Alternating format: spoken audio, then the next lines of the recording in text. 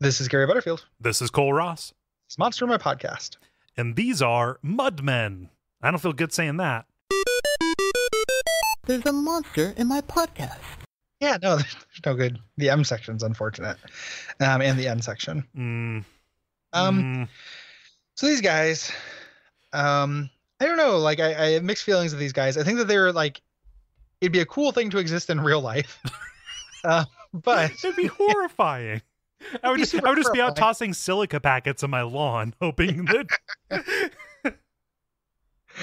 like it would be super horrifying. Yeah. But like it feels like a natural thing. It doesn't feel like it interacts with D&D adventureness, you know?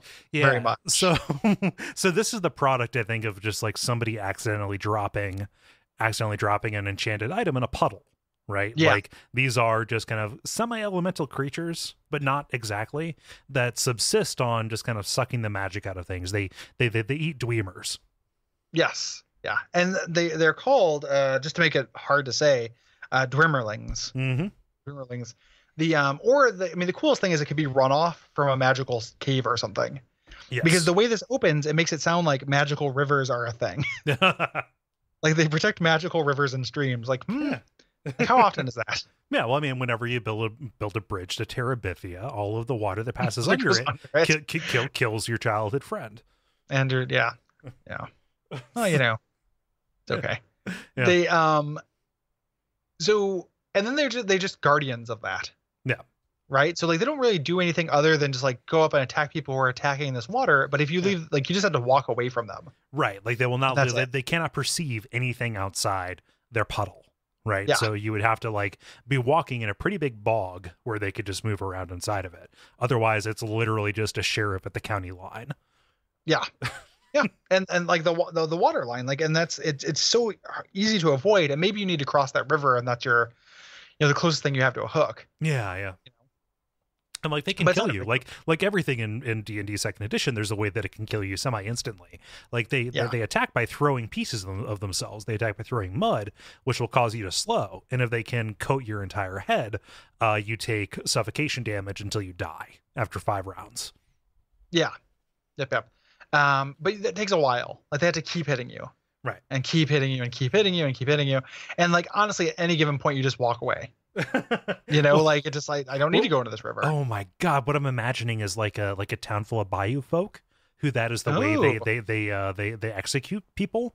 They're criminals. They stake them up in the middle of a bog full of mudmen, and they just they take all of the the carpetbagging adventurers' magical possessions and throw it in there, and they stake him up, so he can't get away. And all the mudmen, sensing the intruder, they throw, and then that suffocates, and then he falls down, and then all of the rest of him is eaten, sustaining itself. Yeah, that would work. And like they just like and that's a good hook where like somebody, you have to go get like some minor magical item for this tribe of people. Mm-hmm.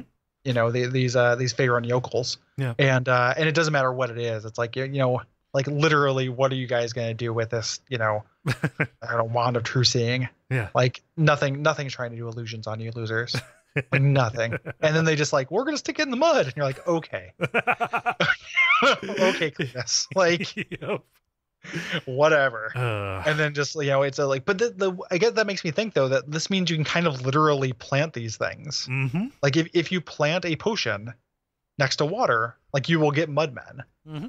Like it's a very, very weird, like one-to-one relationship there. The other thing that could happen is at the site of like great battles, like if a battle takes place on a river and a bunch of people's like, magical shit, fell down or they lost magical swords and stuff. Like you could have like, 2 rivers that cross at the battle of like, crossed swords or something like that. And it's just crawling with them because there's so many magical items. Yeah. So it's like, okay, a widow asks you to go recover, the wedding ring from her, fallen general, husband or whatever.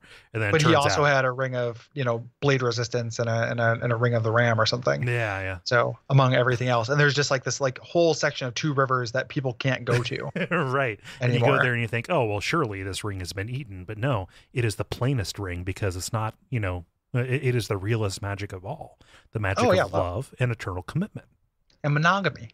Yeah. Yeah. And that's what the adventurers learn at the end. Yeah. And then they all get married to each other. The ranger gets married to the paladin. The wizard gets married to the thief. The fighter gets married to his mount, I guess. I don't know. Nobody gets married to them. Yep, to the mount. I really want like a D&D adventure. Like, you know how there's that belt that makes you change gender in D&D? I really want one that makes you marry the closest person to you. Like, you put on a ring and it's the wedding ring or whatever. And then like, it's just like, well, I guess I'm married to you, Shadowbane. Fuck. Man. Pretty good. Oh wait, right. No, we're back. Usually when I say pretty good, that ends it. What a horrible marriage. Oh, there we go. Right. And scene. Brought to you by our backers at patreon.com/duckfeed.tv.